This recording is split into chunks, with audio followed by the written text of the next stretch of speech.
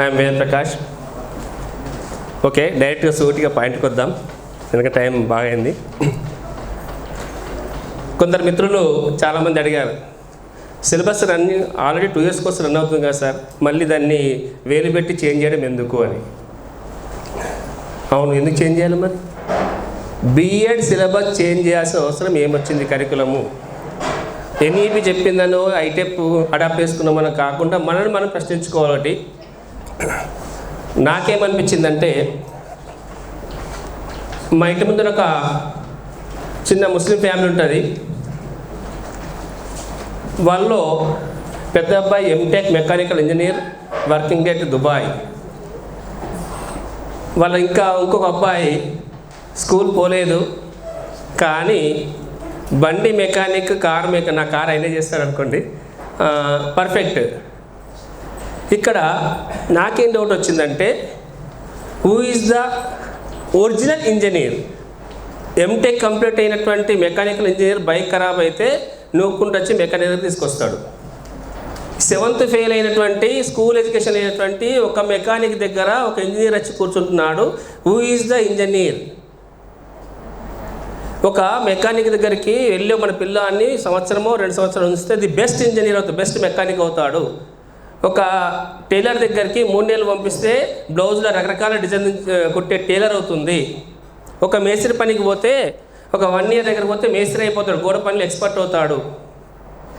మరి 10 సంవత్సరాల స్కూల్కు 5 సంవత్సరాలు గ్రాడ్యుయేషన్ కాలేజ్ స్టడీ, 15 years చదివిన తర్వాత ఏమవుతున్నాం మనం? What next? There is no answer.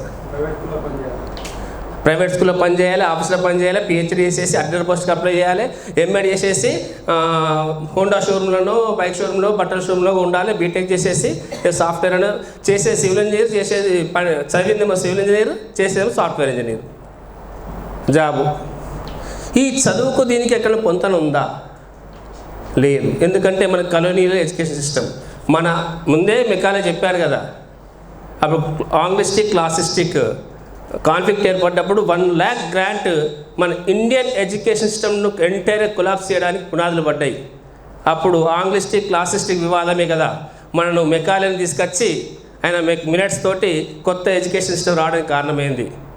వాళ్ళు 200 సంవత్సరాలు పాలించడేమో కానీ మన నరాన వాళ్ళ ఆలోచనలను, వాడు అన్నాడు కదా, రక్తంలో మాత్రమే భారతీయులై ఉండాలి, ఆలోచన ఆచరణ మొత్తం మనదై ఉండాలి అని. అదే మనం చేస్తున్నాం. చెప్పింది మనకు అర్థమవుతుంది, అయినా మార్పు చెందలేదు. ఈ సిస్టంలో భారతీయ ఆత్మ లేదు, కోల్పోయినాం. ఈవెన్ 1947 ఇండిపెండెన్స్ వచ్చింది, 50లో కాన్స్టిట్యూషన్ ఫ్రేమ్ చేసుకున్నాం. కాన్స్టిట్యూషన్లో ఆర్టికల్ 1లోనే ఇండియా దట్ ఈజ్ భారత్ అని మెన్షన్ చేశారు, కానీ దానికి సంబంధించినటువంటి స్టెప్స్ ఏం పడలేదు. అందుకే చదువు డిగ్రీలు ఇవ్వడానికి కాదు, జీవితాన్ని ఇవ్వడానికి, మన జీవన విధానాన్ని. అసలు భారతీయ విద్యా విధానం అంటేనే ఒక లైఫ్ స్టైల్. ఆ లైఫ్ స్టైల్ మనం మిస్ అవుతున్నాం. స్కూల్లో కాలేజీలో నేర్చుకునేది ఒకటి, ఇక్కడ పాటించేది ఒకటి. ఏది మన కస్టమ్స్ అండ్ ట్రెడిషన్స్లో, సాంప్రదాయాలు, ఆచారాల్లో ఏది మూఢనమ్మకమో, ఏది సైన్సో తెలియకుండా ఇంగ్లీష్ పుస్తకాల్లో ఉన్నదే రైట్ అని నమ్మే స్థితికి మనం వెళ్ళిపోయాం. ఎవరైనా పద్ధతి చెప్తే కాలు చేతులు కడుక్కున్నాక తిండి తినాలంటే ఎవడు లైట్గా తీసుకున్న స్పూన్తో తింటే కదా, నాకెందుకు కాలు చేతులు కడుక్కొని షూ వేసుకొని కిచెన్లోకి వెళ్ళేసి డైనింగ్ మీద కూర్చొని తిన్నాం. ఎప్పుడైతే కరోనా వచ్చి దెబ్బ కొట్టిందో అప్పుడు ఓడి చెప్పకుండా కాలు చేతులు కడుక్కొని తింటున్నాం.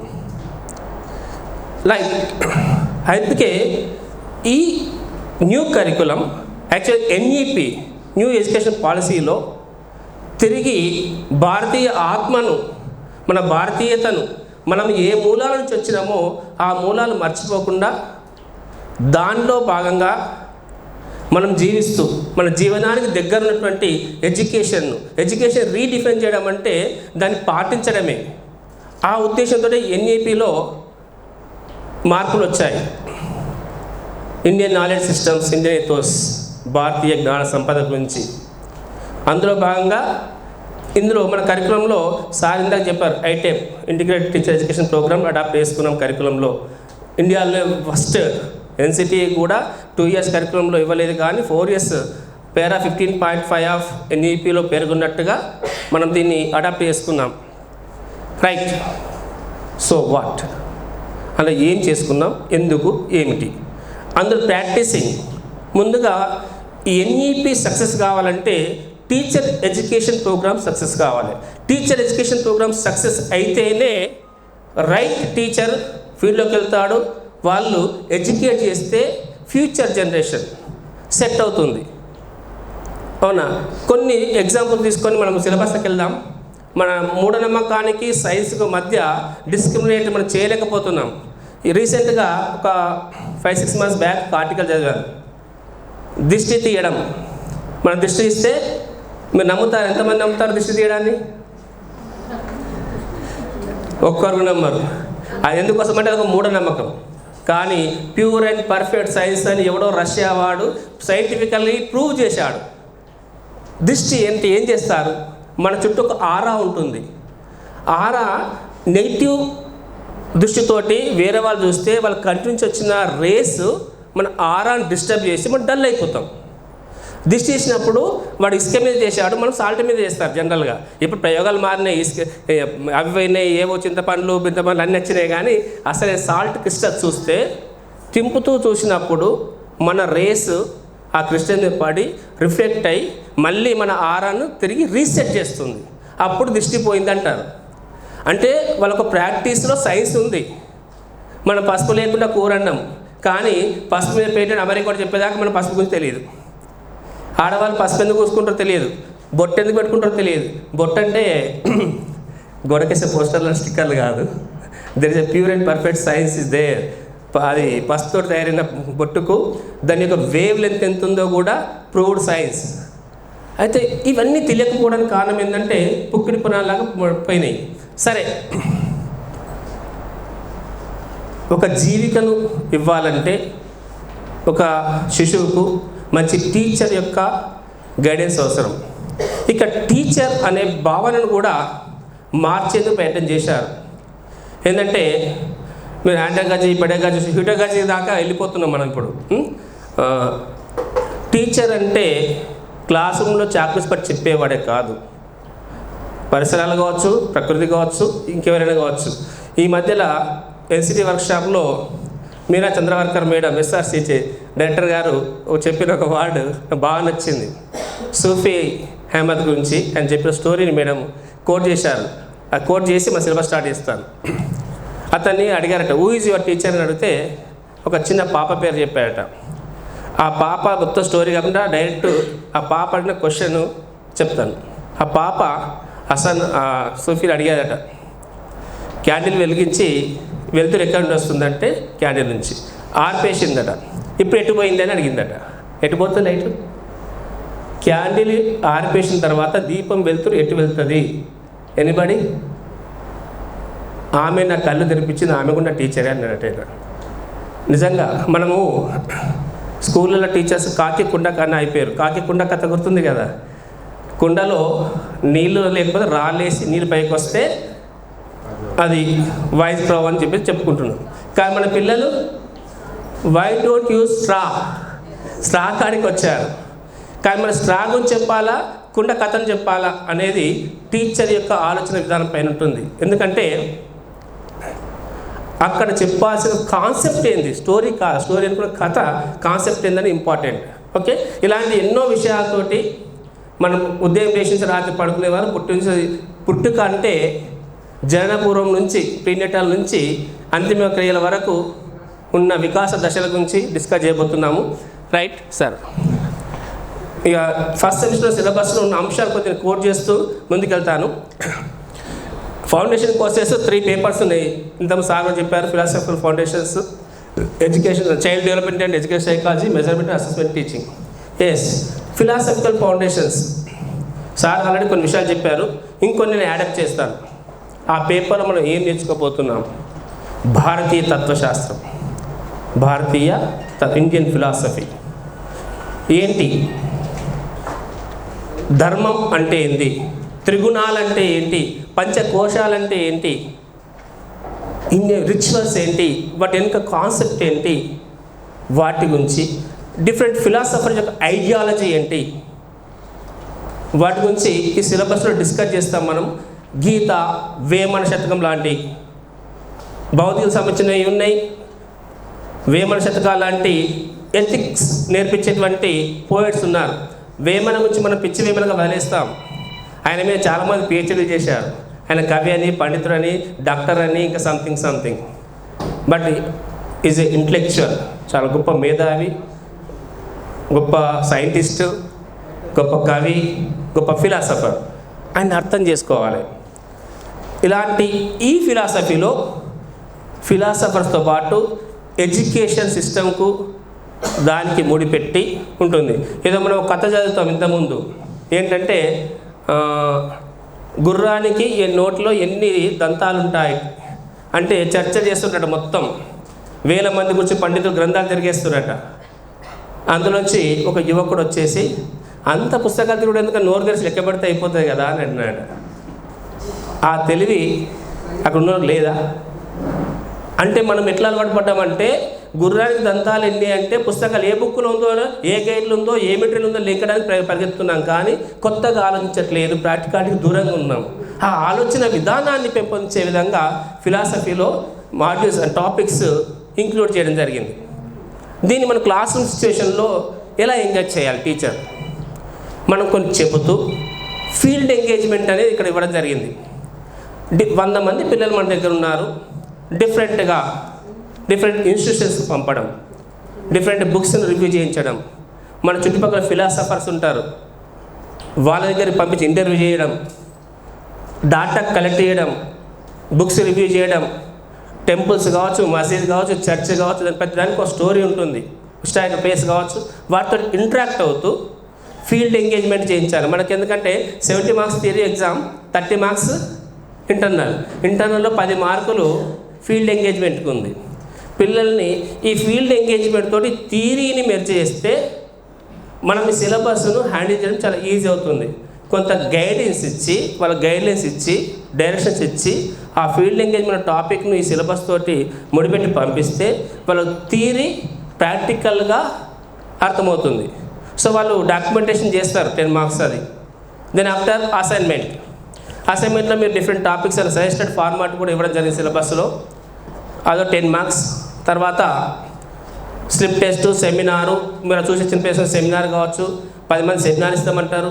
కొందరు బుక్ రివ్యూ, నేను మంచి బుక్ చదివిన సార్, ఆటోబయోగ్రఫీ ఆఫ్ యోగానంద, నాకు బాగా ఇంప్రెస్ చేసింది, నేను రాస్తాను అని ఒక స్టూడెంట్ వచ్చారు, నాకు బాగా గుర్తుంది. సో ఆ బుక్ రివ్యూ లేదా స్లిప్ టెస్ట్, ఆ 10 మార్క్స్. ఆ 30 మార్క్స్ని డివైడ్ చేస్తే మన లక్ష్యానికి కొంచెం దగ్గర అవుతాం. మనం సిలబస్ చూసి భయపడితే ఏం కాదది, ముందడుగు వేయాలి, ముందుకు వెళ్తూనే ఉండాలి. సో సిలబస్ పెద్దగా ఉంది అని చెప్పేసి క్లాసులో మొత్తం ఫస్ట్ పాయింట్ నెక్స్ట్ పాయింట్ అని కూడా చెప్పుకుంటూ ఒకండి. సార్ ఇందాక చెప్పారు, ఇంటరాక్షన్ చాలా ఇంపార్టెంట్. ఒక క్లాస్ అట్మాస్ఫియర్ ఏంటంటే, ఇంట్లో ఇప్పుడు బిజినెస్ పీపుల్ ఉంటారు, ఏం చేస్తారు, టేబుల్ మీద కూడా వాళ్ళు ముచ్చట పెడతారు, బిజినెస్ ముచ్చట్లు. అంటే పిల్లలకి ఎంత నేర్పిస్తారంటే, నాన్న 10,000 మంది ఉన్నారు, 2,000 మంది ఎంప్లాయీస్ తీసేయాలి, మనం కొత్త మిషన్ తెచ్చినా అంటాడు. వాడు పిల్లలు అంటాడు, మరి 2,000 మంది ఎట్లా బతారు డాడీ అని అడుగుతాడు. 2,000 మంది కొత్త దారి వెతుకోవాలి, వాళ్ళకి తెలివి లేదు, స్కిల్ ఉంటే నేనే ఉంచుకునేవాడిని, నా కంపెనీ ఎనాన్స్ అయ్యేది. నేను దాన్ని మిషన్ తోటి రీప్లేస్ చేస్తున్నాను కదా, కాబట్టి మనం డెవలప్ కావాలి, నా స్వార్థం నాకున్నాం, వాని స్వార్థం వానికి ఉండాలి అని తెలియకుండా మన బిజినెస్ నేర్పిస్తారు. అక్కడ మనం కూడా క్లాస్ రూమ్ ట్రాన్సాక్షన్, స్కూల్లో, కాలేజీలో క్లాస్ రూమ్లోనే క్లాస్ చెప్తాను అని కాకుండా రెగ్యులర్గా వాళ్ళతో ఇంటరాక్ట్ అవుతూ, వాళ్ళు కూడా ఫ్యూచర్లో వాళ్ళ స్కూల్ స్టూడెంట్స్ తోటి ఇంటరాక్ట్ అయ్యే విధంగా మనం మోటివేట్ చేయాలి. కానీ అంతేగాని నేను బిఎడ్ ఫ్యాకల్టీని, I did my MEd, BEd, PhD in education అని చెప్పేసి మొత్తం క్లాస్ ఉన్న నోట్స్ మొత్తం నేనే చెప్తా, నేనే డిక్టేట్ చేస్తా, నేనే రాపిస్తా అని మాత్రం అనుకోవద్దు. ఆ కాలం పోయింది. మనం ఇచ్చే మార్కులు, డిగ్రీతో బతకడు. రేపు పొద్దున స్కూల్లో టీచర్ అంటే ఎవరు? ఒక రిసోర్స్ పర్సన్. సొసైటీ మొత్తం ఏ డౌట్ వచ్చినా టీచర్ వైపు చూస్తుంది. నా పిల్లోడు ఏం చదివియాలి, నా పిల్లోడు ఇట్లా చేస్తున్నాడు, ఏం చేయాలి అని ప్రతి ఒక్కరు, మన టీచర్స్ అయినా వాళ్ళ టీచర్స్ని అడుగుతాం. మన దగ్గర ఆన్సర్ ఎలా ఉండాలంటే, వాళ్ళు ఏది అడిగినా సమాధానం పూర్తి లేకున్నా కనీసం సలహా, ఇక్కడ వెళ్తే నీకు ఇన్ఫర్మేషన్ దొరుకుతుందనే ఆన్సర్ చెప్పే ఒక రిసోర్స్ సెంటర్లా ఉండాలి. టీచర్ అంటే కరిగిపోయే క్యాండిల్ కాదు, పాతకాలం అది. క్యాండిల్లా కరిగిపోతూ ఇతరుల జీవితాన్ని చూడు అంత పోయింది అది. నిత్యం ఊరే ఊట బావిలా ఉండాలి, పారే జీవనదిలా ఉండాలి టీచర్ అంటే. మనం క్రియేటర్స్, తరతరాలుగా మన నుంచి పుట్టే టీచర్స్ ఉంటారు, వాళ్ళ ప్రభావము నెక్స్ట్ 30 జనరేషన్ మీద ఉంటుంది. మనం ఒక 1 year 2 years చెప్తున్నాం. మనం 2 years మన దగ్గర ఒక ట్రైనీ ఉంటున్నాడు, కానీ వాడు బయటకెళ్ళి ఒక 30 జనరేషన్స్ షేప్ చేస్తాడు, డిజైన్ చేస్తాడు. అంటే ఫ్యూచర్ సొసైటీ మొత్తం డిజైన్ చేసే డిజైనర్లను మనం తయారు చేస్తున్నాం. ఒకవేళ వాళ్ళని ఇట్లా సాధారణంగా డెకాయిట్గా ఇట్లా మార్చిన ఒక రిసర్చ్ సార్ చెప్పినట్టుగా మనము భయముతో ఇన్సెక్యూర్గా బతకాలి. మనం ఎలాంటి జీవితాన్ని ఫ్యూచర్లో బతకాలనుకుంటున్నామో అలాంటి సొసైటీ తయారు చేసేటువంటి పిల్లల్ని తయారు చేయాలి మనం, అలాంటి టీచర్స్ని. అండ్ ఫిలాసఫీ అందులో మంచి మనకు ఒక గైడెన్స్ ఇస్తుంది, ఒక కరదీపికలాగా ఉంటుంది. సిలబస్ని జాగ్రత్తగా చూస్తే చాలా అంశాలు మన జీవితానికి దగ్గరగా ఉంటాయి. పాత ఫిలాసఫీ నుంచి మీరు కొద్దిగా మాడిఫై అవుతుంటారు. నెక్స్ట్ వస్తే child development and education psychology. Developmental stages అనేసరికి మనకు అందరికీ తెలుసు, ఎలిజబెత్ ఆర్లాక్. కానీ మన ఇళ్ళలో మనం ప్రాక్టీస్ చేసి ఏంది, పుట్టగానే ముట్టుడు అంటారు, ప్రెగ్నెన్సీ కాగానే ఏం చేస్తాం మనం, వాళ్ళ ఫ్రెండ్స్ కన్సీమర్ జాగ్రత్తలు తీసుకుంటారు, సీమంతం చేస్తారు. డెలివరీ కాగానే ఏంది తేనె నెయ్యి పెట్టి నోట్లో నామకం పెట్టి తినిపిస్తారు. 9 రోజులు పుర్రు పోస్తారు, 21 రోజులకు నామకరణం చేస్తారు, చెవులు కుడతారు, తర్వాత అన్నప్రాసన ప్రాసెస్ అన్నీ ఇవి చేస్తుంటాం. చదివేదేమో ఆర్లాక్ డెవలప్మెంటల్ స్టేజెస్, పాటించేదేమో కశ్యపుడు చూపించినటువంటి డెవలప్మెంటల్ స్టేజెస్ మనం ఫాలో అవుతున్నాం. దాన్ని తిరిగి Indian psychology developmental stages in the context of Indian సైకాలజీని ఇందులో ఇంక్లూడ్ చేశారు. మన భారతీయ మనోవిజ్ఞాన శాస్త్రాన్ని, అందులో వికాస దశలను మనం చదువుకుంటాము. ఇందులో ఈ వెస్టర్న్ సైన్స్కు మన సైన్స్కు మధ్య తేడా సైకాలజీలో వాళ్ళు ఎక్కడ జైగోట్ నుంచి మనం చదువుతాం, కానీ ఇండియన్ సైకాలజీలో జైగోట్ కన్నా ముందు పెళ్ళి శోభన ముహూర్తాలతో సహా మనం మాట్లాడుకుంటాం. దాని ఇప్పుడు సైన్స్ కూడా ఒప్పుకుంటుంది, ప్రూవెన్ సైన్స్. చాలామంది చాలాసార్లు నెంబర్ ఆఫ్ టైమ్స్ పేపర్లో ఆర్టికల్స్లో చూసింటారు మీరు. ఏంటంటే భార్యాభర్తల ఆరోగ్య స్థితి, మానసిక స్థితి, బాడీ టెంపరేచర్ కలిసే సమయాన్ని బట్టి పుట్టబోయే పిల్లలు జన్యువుల యొక్క కలయిక మొదటి జైగోట్ ఫార్మేషన్లో ఇన్ఫ్లుయెన్స్ చేస్తాయని అక్కడ నుంచి మనం చదువుతాం. ఈ స్టేజ్లో మనము పెళ్ళి ముహూర్తం పెడతారు, శోభనానికి ముహూర్తం పెడతారని నవ్వుకుంటాం. There is a science, breathing cycles based చేసుకొని వాళ్ళు ముహూర్తాలు పెడతారు. ఫస్ట్ మీటింగ్ పిల్లలు కలగేటప్పుడు ఎలాంటి సైకిల్ అయితే ఎలాంటి డామినెంట్ జీన్స్ ఇది జైగోట్లో ఎంటర్ అవుతాయి అనేది ఈ 23 pairs ఆఫ్ క్రోమోజోమ్స్ తోటే అనుకుంటాం. కానీ ఒక్కొక్క క్రోమోజోమ్ జీన్స్ మన బాడీ ఇక్కడ ఉన్న ఇంతమందిని ఒకే తల్లిదండ్రులు పుట్టిన పిల్లల్లోనే ఇన్ని వేరియేషన్స్ ఉంటాయి కదా. సో వాటిని అర్థం చేసుకునే ప్రయత్నము ఈ సైకాలజీ ద్వారా చేస్తాం. మనం ఇక్కడ నేర్చుకున్నది, పాటించేది, చూసేది ఒకే రకంగా ఉంటాయి. ఇంతకుముందు ఆర్లాక్ చెప్పింది, ఇక్కడ పాటించేది వేరుంది. ఎందుకు నామకరణం చేస్తారు, పాటించాల్సిన నియమాలు ఏంటి, దానికి కారణం ఏంటి, బియాండ్ సైన్స్ ఏంటి. చూడాకారణం అంటారు, చెవి కుడతారు, ఎందుకు కుడతారు, ఎవరికి కుడతారు, ఎప్పుడు కుడతారు. గుండు కొట్టిస్తారు, ట్రాన్స్ఫర్ ఎందుకు చేస్తారు, ఎప్పుడు, ఎలా, దానికి రీజన్స్ ఏంటి. అందరికి చేస్తారా, మన అమ్మాయిలకు ఎందుకు చేయరు, అమ్మాయిలు చేస్తే ఏ వయసు చేయాలి అనేది సైన్స్. అవి మనం చదవం. పెద్దలు చెప్తే పాటిస్తాం, ఇళ్ళల్లో తప్పనిసరి అదో మూఢనమ్మకాల కొంత పిలుచుకోవడం కూడా ఫీల్ అవుతారు. సీమంతం మనకు తెలుసు, ఎలిజబెత్ ఆర్లాక్ కూడా చెప్తుంది 5 months లోపల బేబీ మూమెంట్స్, హార్ట్ అంత ఫంక్షన్స్ అవుతుంది, ఇయరింగ్ స్టార్ట్ అవుతుంది, బయట నుంచి చెప్పేటువంటి వైబ్రేషన్స్, ఎమోషన్స్ యొక్క ప్రభావం పుట్టబోయే బిడ్డ మీద ఉంటుందని. సీమోల్లంఘన, సీమంతం చేయడం వల్ల తల్లిగారింటికి పోతుంది, హ్యాపీగా ఉంటుంది మదర్, పనుల నుంచి రిలాక్స్గా ఉంటుంది, మంచి ఫుడ్డు, అప్పుడు ఏంటంటే పిండి వంటలు అవన్నీ చేస్తుంటారు, వేడుక, మంచి శబ్దాలు ఉంటుంది తల్లి, అప్పుడు పుట్టబోయే బిడ్డ హెల్తీగా పుడుతుంది. సైన్స్లో చదువుతాం మనం, అక్కడికి వదిలేస్తాం, కానీ ఇక్కడ ఖచ్చితంగా క్లియర్ క్రిస్టల్గా చదువుతాం. ఎస్, ఇంటరాక్ట్ అవుతాం. ఏమవుతుందంటే సార్, అందరూ వచ్చి కలుస్తుంటారు కదా, అప్పుడు ఏంటంటే తల్లి ఒకవేళ బిడ్డకు చెప్తే వింటుంది, తల్లి చెప్పగలిగారు. ఎస్, అంటే మనది మహాభారతంలో రైట్, అభిమన్యునికి సుభద్ర స్టోరీ చెప్పుతుందనే కథ. అది సైన్స్ ఇప్పుడు ఒప్పుకుంటుంది, అప్పుడు కథ, అది ఇప్పుడు సైన్స్. అంటే మనము సైంటిఫిక్గా ప్రూవ్ చేస్తే నమ్ముతాం కాబట్టి, రైట్. అంటే టెక్నాలజీ తోటి యాన్సెట్ను మెర్జ్ చూసుకోవాలి. అంటే అన్ని నిజాలా కావనేది కూడా అది తెలియాలంటే మనము సైంటిఫిక్గా దీన్ని స్టడీ చేయాలి. అంతేకాకుండా ఇక్కడ పర్సనాలిటీ సైకాలజీలో మూర్తిమత్వం చూస్తాం.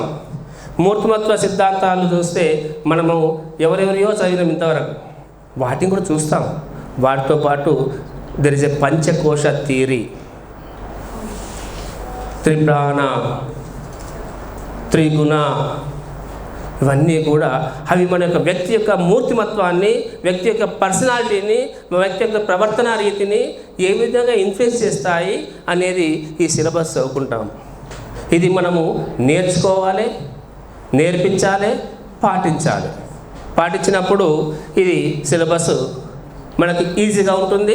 మనకు ఎంతసేపు పుస్తకం చదవడం అలవాటు అయిపోయింది, ప్రిపేర్ అవ్వడం చెప్పడం కాకుండా ఇది డిస్కషన్. పిల్లలకు టాపిక్ ఇవ్వండి, పంచకోశం మీద నువ్వు తీసుకురా నాయన, త్రిగుణాలంటే నువ్వు వర్క్షాప్ ప్రజెంటేషన్ ఇవ్వమని చెప్పండి. మన వర్క్ను షేర్ చేసుకుంటే ఈజీ అవుతుంది. అన్నీ టీచర్గా మనమే చెప్పాలని అత్యాశకు పోతే అది చాలా కష్టం అవుతుంది. ఈ కరికులం ట్రాన్సాక్షన్ ఫెయిల్ అవుతుంది మన ఉద్దేశం. మరి ఇక్కడ holistic development of the child, ఈ కరికులం యొక్క మెయిన్ ఎయిమ్ ఏంది? Holistic development. వాడిని ఫిజికల్గా, సైకాలజికల్గా, స్పిరిచువల్గా, ఎమోషనల్గా, అన్ని రకాలుగా, సోషల్గా, ఈ అన్ని రకాల ఆస్పెక్ట్స్లో డెవలప్ చేయాలంటే ముందు మన ట్రైనీస్ మారాలి. వాళ్ళు మారితేనే వాళ్ళ నెక్స్ట్ జనరేషన్. కనీసం మనం కొంచెం విత్తనాలు సరిగ్గా ఇస్తే, సార్ అన్నట్టు వైల్డ్ సీడ్ ఇచ్చినట్టుగా సరైనటువంటి సీడ్ మన పిల్లలకి ఇస్తే, మన ట్రైనీస్కి ఇస్తే, వాళ్ళు వాటి ఫ్రూట్స్ను నెక్స్ట్ జనరేషన్కి పంచుతారు. సో దట్ ఆ సిలబస్లో మనం డిస్కస్ చేస్తాం. దీంతో పాటు అక్కడ ఫీల్డ్ ఎంగేజ్మెంట్ ఉంది. ఫీల్డ్ ఎంగేజ్మెంట్లో డిఫరెంట్ కిడ్స్ అంటే ప్రాబ్లమెటిక్ కిడ్స్ అని కాదు, ఇంటలెక్చువల్స్, జెన్యూన్, ఇంకా రకరకాల సింగిల్ పేరెంట్ చైల్డ్ కావచ్చు, ఎట్లయినా ఆర్ఫన్ చైల్డ్ కావచ్చు, అలాంటివి కేస్ స్టడీస్ కింద తీసుకోవచ్చు. వాటితో పాటు మన ల్యాబ్లో ప్రాక్టికల్స్ వాడాల్సిందే. సెకండ్ సెమిస్టర్లో మాత్రం మీకు ఖచ్చితంగా దానికి మార్క్స్ ఉన్నాయి. ప్రాక్టికల్స్కు, సైకాలజీ ప్రాక్టికల్స్కు మార్క్స్ ఉన్నాయి. ప్రాక్టికల్ చేయించాల్సిందే, రికార్డ్ సబ్మిట్ చేయాల్సిందే. సో ఇప్పటిని కూడా మనము ఫస్ట్ సెమిస్టర్లో కొన్ని పర్సనల్ రిలేటెడ్గా, డెవలప్మెంట్ రిలేటెడ్గా కొన్ని టెస్ట్ బ్యాటరీస్ ఉన్నాయి. దాదాపు అన్ని కాలేజీలలో అవి కామన్ టూల్స్. అవి సార్ అన్నట్టుగా అవి కలర్ మారిపోయినాయి, తెల్ల రంగు నుంచి బ్రౌన్ కలర్కి వచ్చినట్టు మనం వాడలేదు ఇంతవరకు. కరికులం కూడా అంత సపోర్ట్ చేయలేము మనకు వాస్తవంగా. అది చేస్తూ field engagement, assignment, internal seminar, different topics మన ఇంట్లో పిల్లలకి ఎన్ని అయినా సరే, ఇంట్లోనో ఇట్లా పక్కన్న పిల్లలతో సరే డిస్కస్ చేయమనండి. ఇక్కడ ఇంకొకటి చెప్పాలనుకున్నా, కమ్యూనికేషన్ స్కిల్స్కి వచ్చినప్పుడు సార్ చెప్పారు కదా, మరి మన బిఎడ్ ట్రైనీస్ ఎంతమంది పైకి వచ్చి మాట్లాడతారు? వాళ్ళు పెంచాలంటే స్టేజ్లో మైక్ ఇచ్చి ప్రాక్టీస్ చేస్తే రాదు. వాళ్ళకు కథల పుస్తకాలు చదవమని చెప్పండి. రీడింగ్ అలవాటు కావాలంటే సింపుల్. పొద్దున్న లేవగానే ఏం పని చేస్తారు? లేస్తూనే కొంచెం బొర్లాడతారు కదా, ఆ బొర్లాడు బంద్ చేసి ఒక హాఫ్ అవర్ బుక్ పడితే 20 పేజీలు చదువుతారు సింపుల్గా. రాత్రి పడుకుందామని బెడ్ మీద నిద్రపోరు కదా, అప్పుడు పడుకుందా డిసైడ్ అయ్యాక 10 పేజెస్ చదవడం అలవాటు చేసుకోవాలి. మనం చేసుకోవాలి, మన పిల్లలు నేర్పించాలి. డైలీ 20 పేజెస్ ఏదో ఒకటి నేర్చుకుంటూ పోతే నెలకు 600 పేజీలు, సంవత్సరానికి 7200 పేజీలు. ఎంత నాలెడ్జ్కి ఏం చేయొచ్చు మనం. కానీ మనమే చేయం. మన పిల్లలకి ఏం చెప్తాం? చెప్పుతూ బిఎడ్ ట్రైనీస్కు వాళ్ళకు ఒకాబులరీ పెరగాలంటే కథల పుస్తకాలు, పంచతంత్ర కథ లాంటివి నేర్చుకోమని చెప్పండి. చేసి పక్కింటి వాళ్ళకు ముచ్చట చెప్పాలి. ఏంటంటే ఒక గంట సేపు సోది చెప్పినా వాళ్ళు మళ్ళీ రేపు కూడా రాబిడ్డా ఏం మాట్లాడతలేవు అంటట్టు చెప్పాలి. ఫస్ట్ పక్కింటి వాళ్ళకి ముచ్చట చెప్పుడు సక్సెస్ అయ్యారంటే క్లాసులో సక్సెస్ అవుతారు. వాళ్ళు క్లాసులో ఇంకా చేయాలి కదా 1 అవర్, లేకపోతే చేయలేరు కదా. సో అది మనం నేర్పించాలి, తప్పు కాదు అది. Next measurement and assessment in teaching, ఇదైతే సార్ ఆల్రెడీ డిస్కస్ చేశాడు. నెక్స్ట్ దాంట్లో ఎక్కువ డీప్కి వెళ్ళదలుచుకోలేదు. Content cum pedagogy of school subject, method 1, method 2. Yes, ఇంతకుముందు దీని గురించి సార్ చాలా డీప్గా డిస్కస్ చేశాడు. నేను ఒక 2 పాయింట్లు యాడ్ చేస్తాను. చాక్ అండ్ టీచ్ లాగా మనం హౌ టు టీచ్ అనేది ఇంతవరకు నేర్చుకున్నాం. వాట్ టు టీచ్ అనేది కూడా మీకు యాడ్ అయింది. కాంటెంట్ కూడా యాడ్ అయింది. కాంటెంట్ను ఈ మెథడాలజీ మనకు 2 తెలిస్తే చెప్తున్నాం కదా. ఓకే, వాడు పిల్లలు నేర్చుకుంటాడు, క్లాస్కి పోయి బోర్డు మీద నిలబడతాడు, పెద్ద పటం గీస్తాడు. ఏంది జీర్ణ వ్యవస్థ పటం గీసేసరికి పిల్లలు అనేస్తారు, చూచేతలన్నీ రాసేసుకుంటారు. లేదా ఫోన్ ఉంటే తీసి చక్కగా కొట్టేస్తే 3Dలో యూట్యూబ్లో బోర్డు వస్తాయి. మరి పిల్లవాడు ఇంత టెక్నాలజీ ఉన్న ఈ ఎరాలో క్లాస్ రూమ్ను హ్యాండిల్ చేయాలంటే ఒక టీచర్ దగ్గర ఏ స్కిల్ ఉండాలి? వాటిని ఫాస్ట్గా బోర్డు మీద కొట్టేసి చూపెట్టాలా? కాదు. టీచర్గా మన డ్యూటీ బుక్కున్న మ్యాటర్ చెప్పడం కాదు, more than it. What is that more than it అనేది మనం చెప్పాలి. కాంటెంట్ చెప్పడానికి నువ్వెందుకండి? బీఎడ్ పిల్లలు చదువుకోరాదు. మన దగ్గర ట్రైనింగ్స్ చూద్దాం. పీజీఓ డిగ్రీలో చదువుకొని వస్తాడు. ఈ పుస్తకాలు ఇస్తే చదువుకోడా? ఎగ్జామ్ రాయడా? మనకు టైం దొరకపోవచ్చు కాబట్టి ఎగ్జామ్ కోసం మనకంటే ఎక్కువ టైం కేటాయిస్తాడు, బాగా చదువుతాడు. ఇంకా గట్టిగా చెప్తే ఇద్దరు పరీక్ష పెడితే మనకన్నా ఎక్కువ వాళ్ళకి మార్కులు వస్తాయి. కానీ అది కాదు. టీచర్ రోల్ అంటే బుక్కుల్లో మ్యాటర్ చదివి చెప్పి ప్రిపేర్ అయ్యి చెప్పడం కాదు, more than it. What is that more than it? అది క్రియేటివ్ థింకింగ్, కొత్తగా లాటరల్ థింకింగ్, అవి చూడాలి. కొత్తగా మనం చెప్పే క్లాస్ ఎదురుగా 3Dలో సినిమా కనబడ్డా దాన్ని ఓవర్టేక్ చేసే విధంగా మన టీచింగ్ కోసం వాడు ఎదురు చూడాలి. ఆ స్కిల్స్ అడాప్ట్ కావాలంటే మనకు కాంటెంట్ ఉండాలి, మెథడ్ పెడగాజీ ఉండాలి. ఇప్పుడు యూటగాజీ గురించి మాట్లాడుతున్నాము, ఆండ్రగాజీ పెడగాజీ పోయి కొత్తగా టర్ము అది కానీ గూగుల్లో సెర్చ్ చేయండి. సెల్ఫ్ పేజ్ లర్నింగ్ గురించి అలాంటి స్టూడెంట్స్కి మనం టీచింగ్ చేయబోతున్నాము. సో నెక్స్ట్ జనరేషన్ అంతా యూటగాజీ గురించి మాట్లాడుకుంటాం మనం, రైట్? మరి ఆ స్కిల్స్ వాళ్ళకు క్లాస్ రూమ్ టీచింగ్ తోటే రాదు, క్లాస్ రూమ్ లర్నింగ్ తోటే రాదు. ఆల్ ఆస్పెక్ట్స్లో వాళ్ళలో మాడిఫికేషన్స్ రావాలి. అందుకే ఇది దీంట్లో right 70 marks as usual theory exam రాస్తారు, 30 మార్క్స్ అసైన్మెంట్స్. ఇంటర్నల్లో ఫీల్డ్ ఎంగేజ్మెంట్ ఇవన్నీ ఉంటాయి కదా. వీటితో పాటు ల్యాబ్ యాక్టివిటీస్ కొత్తగా మీరు చూశారు. ల్యాబ్ యాక్టివిటీస్ సోషల్ సైన్స్ వాళ్ళకు, మ్యాథమెటిక్స్ వాళ్ళకు, సైన్స్ వాళ్ళకు కూడా ల్యాబ్ యాక్టివిటీస్ ఇందులో మెర్జ్ ఉన్నాయి. ప్రతి కాలేజీలో కూడా మ్యాథమెటిక్స్ ల్యాబ్ ఉంది, జనరల్ సైన్స్ ల్యాబ్ ఉంది, లాంగ్వేజ్ ల్యాబ్ ఉంది, సైకాలజీ ల్యాబ్ ఉంది, హెల్త్ అండ్ ఫిజికల్ ల్యాబ్ ఉంది. కానీ ఎప్పుడు తాళం ఉంటుంది. అది మనకు తెలుసు అందరికి, మా కాలేజే మీ కాలేజ్ ఏ కాలేజ్ అయినా. ఇప్పుడు బూతు దులిపాల్సిన అవసరం వచ్చింది ల్యాబులకు, మన బుర్రలకు రెండిటికి. చేస్తుంటే మనం ఎప్పుడో మర్చిపోయిన చదువు మనకు కూడా వస్తుంది. పిల్లల ముందర కొంచెం స్టాండ్ అవుతాం.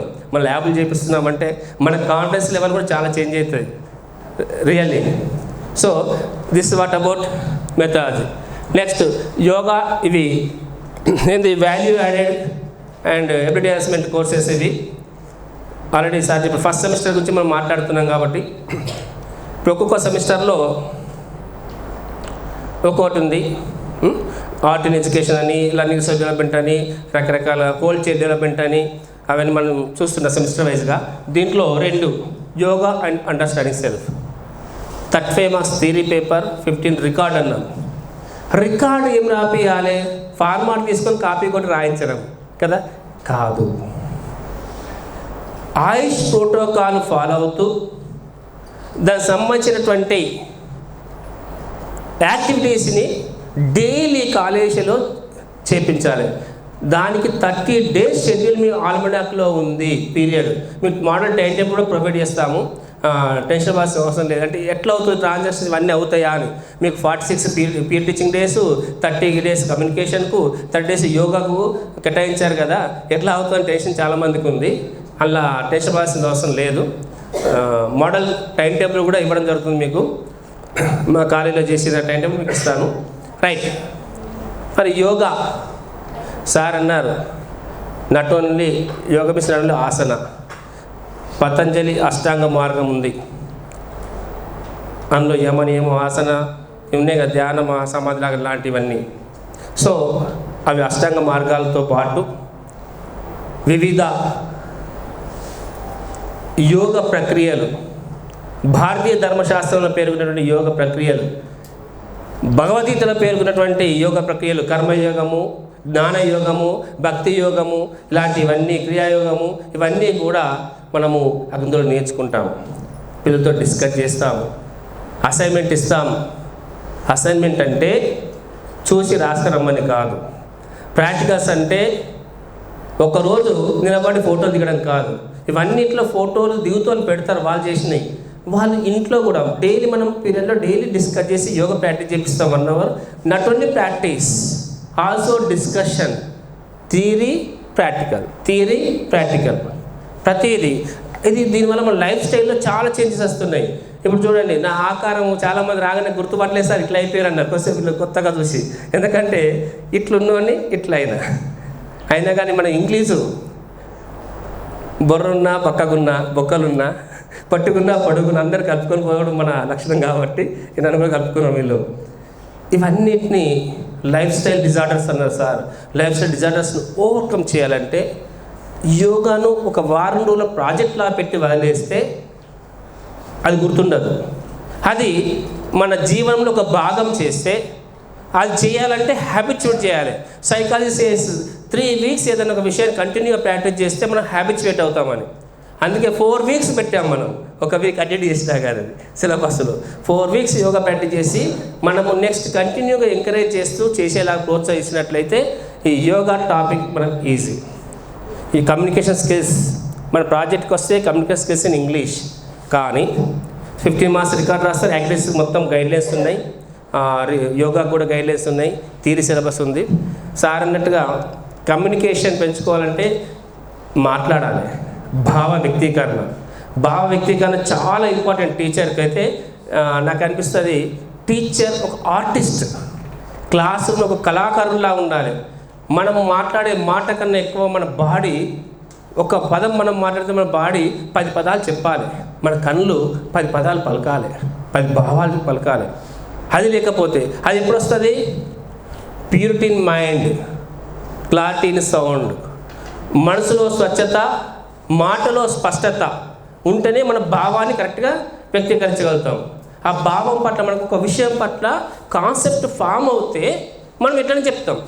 ఇప్పుడు నేనున్నాను, నన్ను ఏ గుజరాత్లో, అస్సాంలో ఇక్కడ పాడేశారనుకోండి, నేను తప్పిపోయినాను. వాళ్ళకి హిందీ రాదు, ఇంగ్లీష్ రాదు, నాకేమో అస్సామీ రాదు. ఏం చేస్తాం మనం? ఆకలి అవుతుందంటే నానా తంటాలు బట్టి యాక్టింగ్ చేసి చెప్తాం కదా. ఎప్పుడు మన ఆకలి యొక్క భావనికి బాధ తెలుసు, ఆకలి అంటే ఏందో తెలుసు, ఫీల్ అవుతున్నావు, ఎక్స్పీరియన్స్ అవుతున్నావు. కాబట్టి ఎదుటి వ్యక్తికి భాషార్థంగా కానివే చేస్తున్నాం మనం.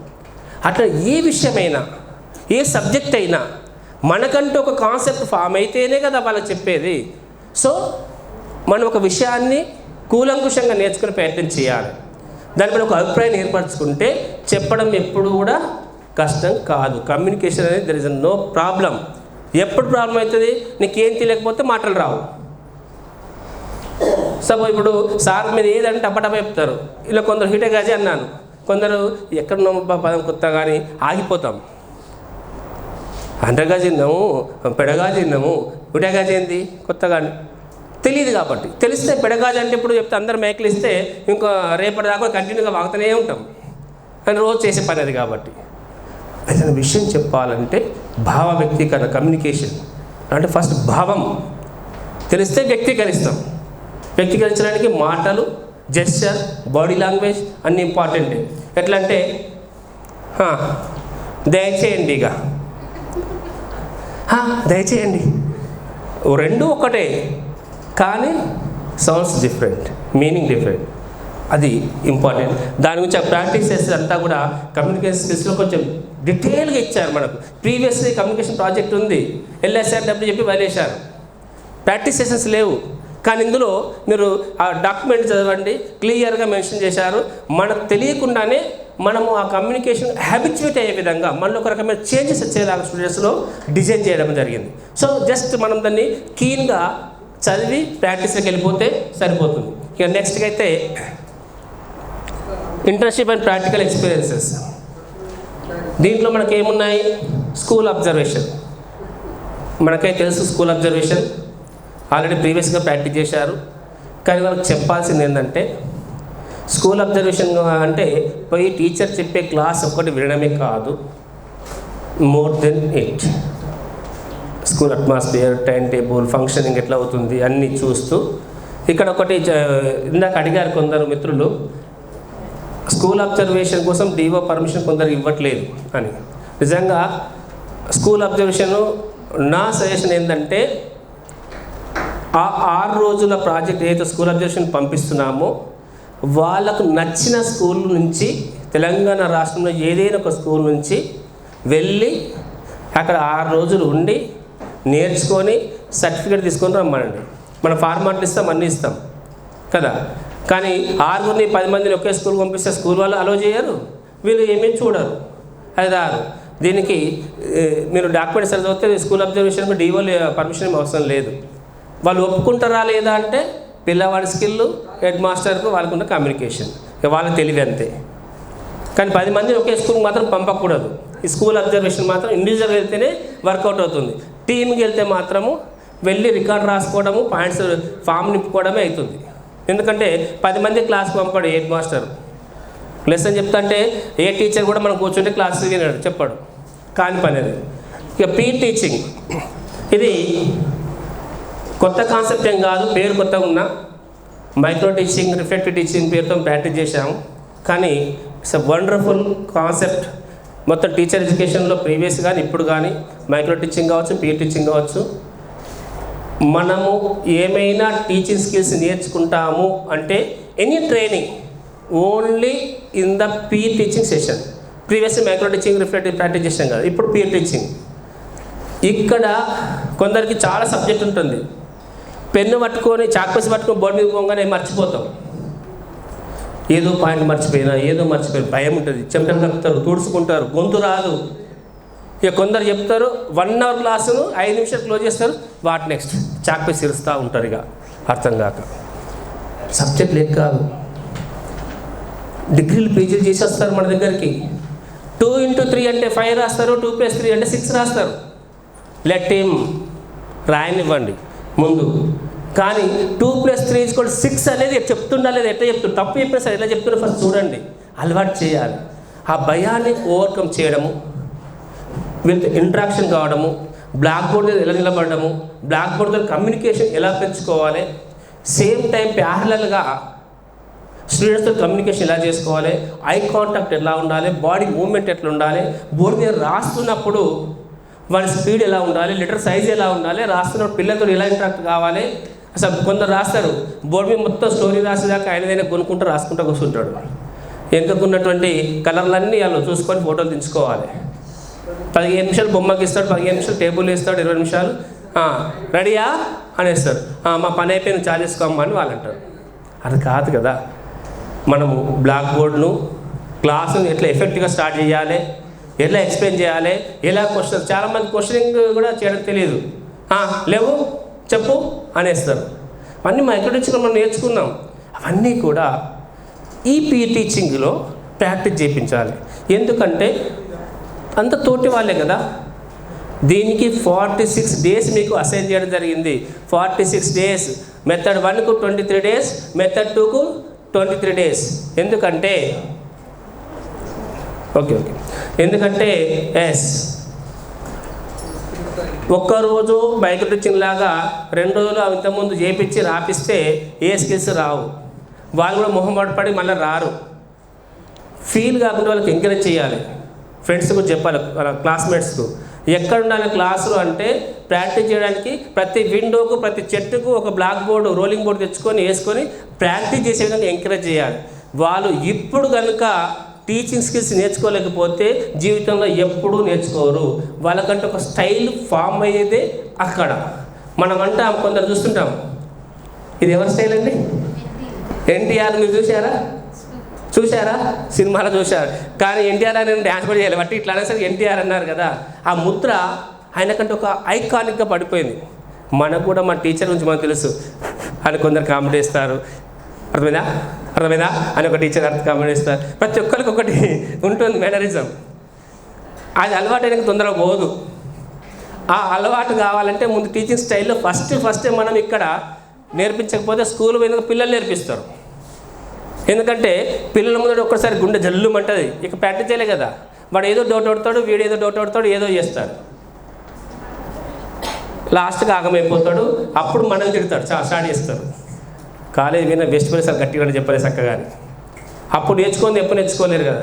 ఒక్కటి మాత్రం నేర్పించాలి పిల్లలకు. ఒకటి, ఫస్ట్ బెస్ట్ టీచర్ కావాలని ఆలోచించకండి, టీచర్ అయితే చాలు మీరు. ఎందుకంటే చుక్కా రామయ్య అనేవాడు ఐఐటి రామయ్యగా మారడానికి 40 సంవత్సరాలు పట్టింది. అదే చుక్కా రామయ్య సార్ భువనగిరి స్కూల్లో పిల్లలు చూసి భయపడి పారిపోతే మరి హెడ్ మాస్టర్ లక్ష్మణ్ గారు కూర్చుంటే, అరే బాబు అట్లా కాదు, నువ్వు రా చెప్పు అని చెప్పి ఎంకరేజ్ చేశాడు. 40 సంవత్సరాలకు ఆయన ఐఐటి రామయ్యగా ఇంటర్నేషనల్ ఫిగర్ అయ్యాడు. ఒక్క రోజులో మన పేరు రావాలని కోరుకోవద్దు. మనం ఈ వయసుకి ఇక్కడ బిఎడ్ కాలేజ్ లెక్చరర్ అయినామంటే కనీసము ఎన్ని సంవత్సరాలు చదవాలి? 19 ఏళ్ళు చదవాలి. School education, college education 19 years, అంటే 15 years degree, 2 years B Ed, 2 years M Ed. 19 years of education complete చేస్తేనే నువ్వు బిఎడ్ ఫ్యాకల్టీ అవుతావు. There is no shortcut. డైరెక్ట్గా ఎంఎడ్ చేసి బిఎడ్ ఫ్యాకల్టీ అవుతారా? ఆ విషయాన్ని మన ఫ్యాకల్టీ, మన ట్రైనీస్ కూడా అర్థం చేయించాలి. ఒక్క రోజులో నేర్చుకోవాలి, ఒక్క రోజులో మాట్లాడాలంటే ఏది కాదు. ఒక సిస్టమేటిక్గా వెళ్తుంటే వస్తుంటుంది. దీంట్లో టీచింగ్లో మనం చేయాల్సినవి ఈచ్ మెథడ్లో each candidate, each trainee method 1 నుంచి 5 లెసన్స్ పెర్ఫామ్ చేయాలి. లెసన్ ప్లాన్ రాయాలి. ఫార్మాట్ అక్కడ అందులో ఇవ్వడం జరిగింది. Lesson plan format 3 rating scale formats ఉన్నాయి, ఫీడ్బ్యాక్ షీట్స్. ఒకటేమో ముందున్నటువంటి పీర్ అబ్జర్వర్, ఒకటేమో టీచర్ ఎడ్యుకేటర్ మనం చేస్తాము, మరొకటేమో సెల్ఫ్ ఎవాల్యుయేషన్ ఉంది. ఇది ఈ టూల్ జాగ్రత్త మీరు చదవండి. సెల్ఫ్ ఎవాల్యుయేషన్ అనేది మీరు సింపుల్గా తీసేయాల్సింది కాదు, వాళ్ళకి అర్థం చేయించండి. సెల్ఫ్ ఎవాల్యుయేషన్ కరెక్ట్ చేయగలిగితే వాళ్ళ లైఫ్లో చాలా విషయాల్లో సక్సెస్ అవుతారు. మనం ఇక్కడ నుంచి హైదరాబాద్ వెళ్ళాలి. హైదరాబాద్ వెళ్ళాలంటే మనకు 4 అవర్స్లో చేరాలి. మనం ఇక్కడ ఉన్నాము, 200 కిలోమీటర్స్ ఉంది. మన దగ్గర బైక్ ఉందా, కారు ఉందా, బస్సు ఉందా, ఎట్లుంది, ఎట్లా పోగలుగుతాము, మన దగ్గర నైపుణ్యాలు ఏంటి, ఏమేమి వచ్చు. అక్కడ 4 బండ్లు పెట్టారు, మీకు సైకిల్ పెట్టారు, బైక్ పెట్టాడు, కారు పెట్టాడు, లారీ పెట్టాడు. మనం దేని మీద పోతాము, పోతే అక్కడ చేరుతామా లేదని ఎవాల్యుయేట్ చేసుకోవడానికి పనికొస్తుంది. సెల్ఫ్ ఎవాల్యుయేషన్ టూల్ పైన వాళ్ళకు మంచి గైడెన్స్ మనం ఇవ్వాలి.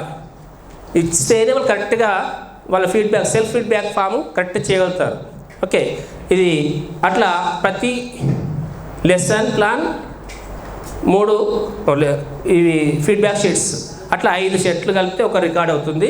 దీనికి 25 మార్క్స్ మెథడాలజీలో ఇంటర్నల్గా కలుపుతారు. 25 మార్క్స్ ఇంటర్నల్ పేపర్, 5 మార్క్స్ మిగతా వాటికి. ఓకే, ఈ 30 మార్క్స్ పేపర్ మెథడ్ 1, మెథడ్ 2. ఇక నెక్స్ట్కి వస్తే దీంట్లో రిఫ్లెక్టివ్ జర్నల్, ఈ పోర్ట్ఫోలియో 2 ఉన్నాయి. ఇంతకుముందు రిఫ్లెక్టివ్ జర్నల్ మనం సింగిల్ కాలంలో రాసేవాళ్ళం, డేటు ఆ రోజు చేసిన యాక్టివిటీ, లైక్ టీచింగ్ డైరీ లాగా. కానీ ఇక్కడ కొంచెం రిఫ్లెక్షన్స్. ఈరోజు యోగా చేశాడు, వానికి ఒట్టి నొప్పులు వేసినాయి. సార్ అన్నట్టుగా నేను ఈ ఆసనాలు వేస్తే కుదరదు, నాకు చక్రాసనం ఏమని నాకు చెప్పారు. ఈ ఆకారం చక్రాసనం వేస్తానా?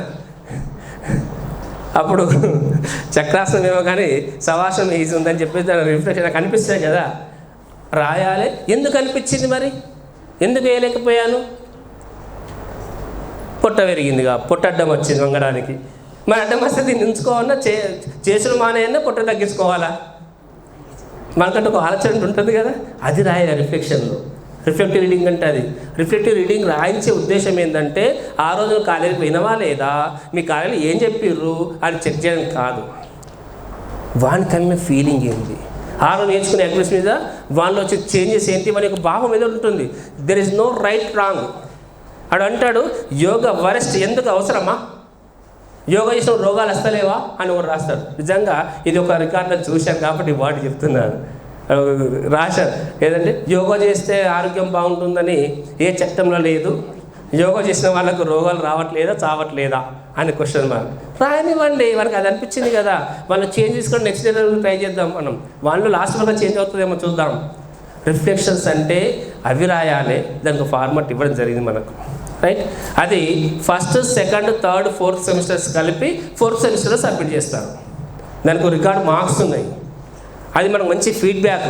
ఆ రిఫ్లెక్షన్స్ను మన కాలేజ్ ఫ్యాకల్టీ చదివితేనే నిజంగా మనం ఎలా వాళ్ళతోటి ఈ కరికులం ట్రాన్సాక్షన్ జరుగుతుంది, ఇంకెక్కడ డ్రాబ్యాక్స్ ఉన్నాయా, మనం ఏం మాడిఫికేషన్ చేసుకోవాలని అర్థమవుతుంది, లేకపోతే కష్టమవుతుంది.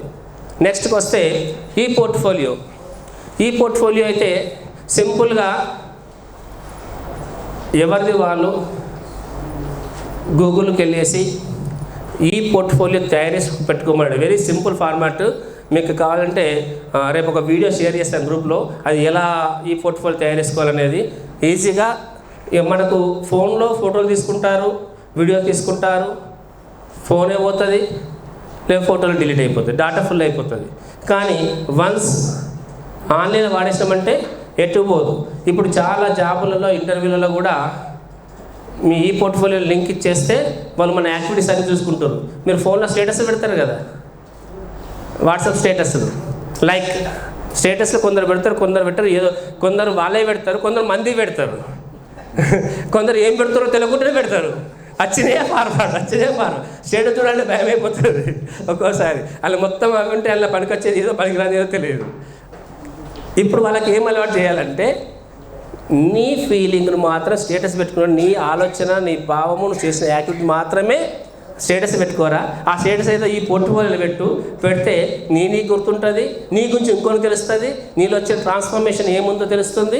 At the same time below మార్కులు వేస్తారు ఆయన అని చెప్తే వాడు చేసుకుంటాడు. ఏంటంటే ఈ పోర్ట్ఫోలియో 4th సెమిస్టర్ సబ్మిట్ చేయాలి, కానీ 4th సెమిస్టర్లో చేయమంటే ఫస్ట్ సెమిస్టర్లో చేసినటువంటి పీ టీచింగ్ ఫొటోస్ దొరికాయి కదా, మళ్ళీ ఫోటో చూస్తాడా, మళ్ళీ పాఠం చెప్తాడా, మళ్ళీ యోగాసనం ఇస్తాడా, మళ్ళీ ఇంటర్వ్యూ సెషన్ ఉంటే చేస్తారా, చేయరు కదా. సో ఎంట తీసుకునేలా వాడేసుకుంటే well and good. This is about ఇవి theory practical transactions in first semester. నెక్స్ట్కి వస్తే ఇక లాస్ట్ ఇందాక చెప్పిన వాటి యొక్క మార్కుల ఫార్మాట్ ఆల్రెడీ మన దాంట్లో ఉంది, కొంచెం కన్సైజ్ చేసి ఒక దగ్గర పెట్టాను అంతే. ఏది ఫస్ట్ ఫౌండేషన్ పేపర్స్కు 70 మార్క్స్ థియరీ, 30 మార్క్స్లో 10గా డివైడ్ అయ్యింది చూడండి. ఫస్ట్ 10 మార్క్స్ అసైన్మెంట్, తర్వాత 10 మార్క్స్ ఫీల్డ్ బేస్డ్ ప్రాజెక్ట్ ఏదో ఒక ప్రాజెక్ట్ ఇచ్చేస్తే అయిపోతుంది. Third 10 marks seminar or book review or article review or quiz or discussion or slip test etcetera ఏదన్నా దాని నుంచి ఏది అందరూ 100 మందిలో సరే స్లిప్ టెస్ట్ రాస్తా లెట్టింగ్, నేను ఒక సెమినార్లో పార్టిసిపేట్ చేస్తాను 10 మంది వస్తారు, ఓకే. నేను ఒక బుక్ రివ్యూ చేసిన బుక్ చదివిన రాస్తా, రాయనివ్వండి. అందరూ సేమ్ ఉందంటే అక్కడ ఏదో జరిగింది అన్నట్లే. వాళ్ళు సొంతంగా చేయనిస్తే వెల్ అండ్ గుడ్. ఎందుకంటే మళ్ళీ సీసీ రికార్డులు ఫార్మేటివ్ అసెస్మెంట్ ఫార్మాట్ తయారు చేసినట్టు అయిపోతుంది మన పని. ఫార్మేటివ్ అసెస్మెంట్ దానికి అసలు ఫార్మాట్ లేదు, కానీ ఫార్మాట్ తయారు చేశారు మన టీచర్లు. లాస్ట్కి అది 10 40 మార్కులు వచ్చేసింది. దీన్ని మాత్రం మనం చేయకండి. ఒక 2 సంవత్సరాలు చేసాం ఒక బిఎడ్లో కూడా అదే ఫార్మాట్ అయిపోతుంది అంట. So there is no format దానికి, రైట్. నెక్స్ట్ మెథడాలజీలో 30 మార్కుల్లో 25 మార్కులు పీ టీచింగ్ రికార్డు, 5 మార్కులు ఫీల్డ్ ఎంగేజ్మెంటా, సెమినారా, అసైన్మెంటా, ఏదైనా ల్యాబ్ ప్రాక్టికలా, ల్యాబ్ యాక్టివిటీసా, ఏదైనా ఒకటి, దానికి 5 మార్క్స్. 25 మార్క్స్ అనేది పీ టీచింగ్లో లెసన్ ప్లాన్స్కు 10 మార్క్స్. వీళ్ళు ప్రతి ఒక్కరు 5 లెసన్ ప్లాన్స్ రాయాలి, దానికి 2. ప్రజెంటేషన్కు, పీర్ అబ్జర్వేషన్స్కు. ఇక్కడ ప్రతి ఒక్కరూ కనీసం ఒక మెథడ్లో 5 పీర్ అబ్జర్వేషన్ చేయాలి. పక్క వాళ్ళది వాళ్ళు చేయించుకుని కదా, వాళ్ళు కనీసం మెథడ్లో ఇంకొక 5 మొత్తంగా 10 మంది పీర్ అబ్జర్వేషన్స్ను చేయాలి ప్రతి teacher trainee. This what about మన ఇది. ఇప్పుడు మొత్తంలో సెమిస్టర్ వల్ల రావాల్సిన రికార్డులు, ఇంటర్నల్ అసెస్మెంట్లో 5 రికార్డులు రావాలి, అంతే కదా. ఫిలాసఫీకి 1 record 30 marks, field engagement, assignment, slip test కలిపి 1 record. Child development psychology, child సైకాలజీకి 1 రికార్డు. మెజర్మెంట్ అండ్ అసెస్మెంట్ టీచింగ్కు 1 రికార్డు. మెథడ్ 1కు, మెథడ్ 2కు ఒక్కొక్క రికార్డు. అంటే 5 మార్క్స్ మెథడ్ 5 మార్క్స్ రికార్డ్. అది రికార్డ్ అంటే మొత్తము గ్రంథాలు నింపడం కాదు. ఇక్కడ ఒకటి చెప్పాలనుకున్నాను. కొందరు అంటే మన మిత్రులు ఎక్కువ డాటా ఉంటుందనో ఏమో తెలియదు, ఇంత గ్రంథాలు రాపిస్తారు. మేడం టాపిక్ 10 పేజీలు 5 పేజీలు అయిపోయింది, ఆమె టాపిక్ 50 పేజీలు రాస్తే కానీ కాదు. ఇద్దరిని ఈక్వల్గా చూడొద్దు, రైట్. తర్వాత teaching records 2, everyday assessment valuated courses records 2, అంటే yoga understanding self communication skills అవి 2, అదొకటి. ప్రీ ఇంటర్న్షిప్ అంటే అబ్జర్వేషన్ రికార్డు 50 మార్కుల రికార్డు. మొత్తం ఎన్ని? 10 రికార్డులు. సెమిస్టర్ 1 ఎన్ని రికార్డులు? 10 రికార్డ్స్. 10 రికార్డ్స్. ఇక్కడ మరొక ముఖ్య విషయం సార్ ఆల్రెడీ చెప్పారు, శంకర్ సారు, మనము వాల్యుయేషన్లో పాటిస్తారేం కానీ థియరీ ఎగ్జామ్లో వాల్యుయేషన్ గురించి 1 సెకండ్ సారీ.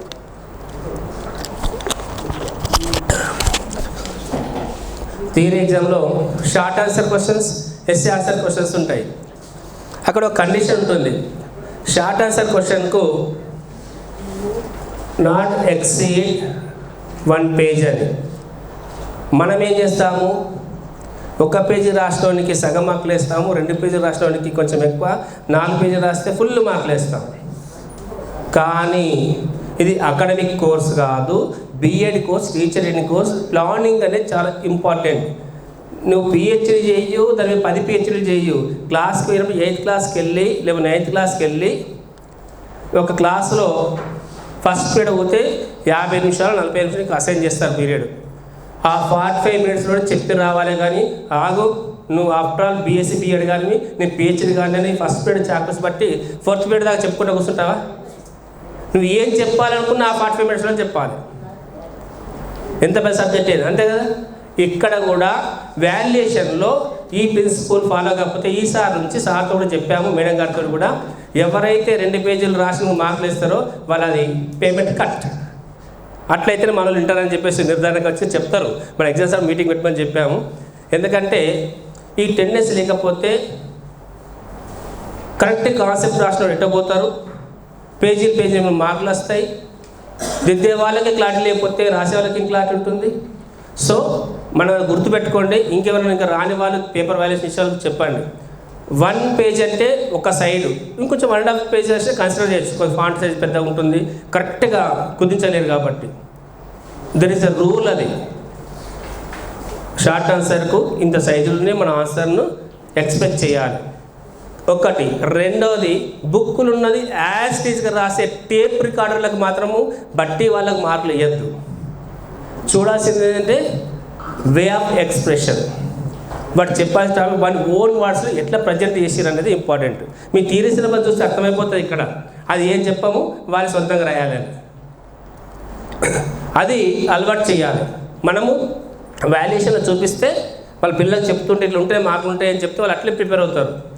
కొందరు ఎందుకు మన స్కూల్లో టీచర్లు చూస్తాం, టేప్ రికార్డర్ చూస్తే మనం బోర్ వస్తా లేదా, నిద్ర వస్తా లేదా, సారీ అనేస్తాం మనం. ఎందుకు? వాడు ఒకటే స్టార్ట్ చేసిన టీచర్ ఒకటే వాయిస్ ఉంటుంది. మీ అందరినీ మీకు ఛాలెంజ్ చేసి ఒక 5 నిమిషాలు కూడా సగం మందిని నిద్ర నేర్పించుతాను నేను.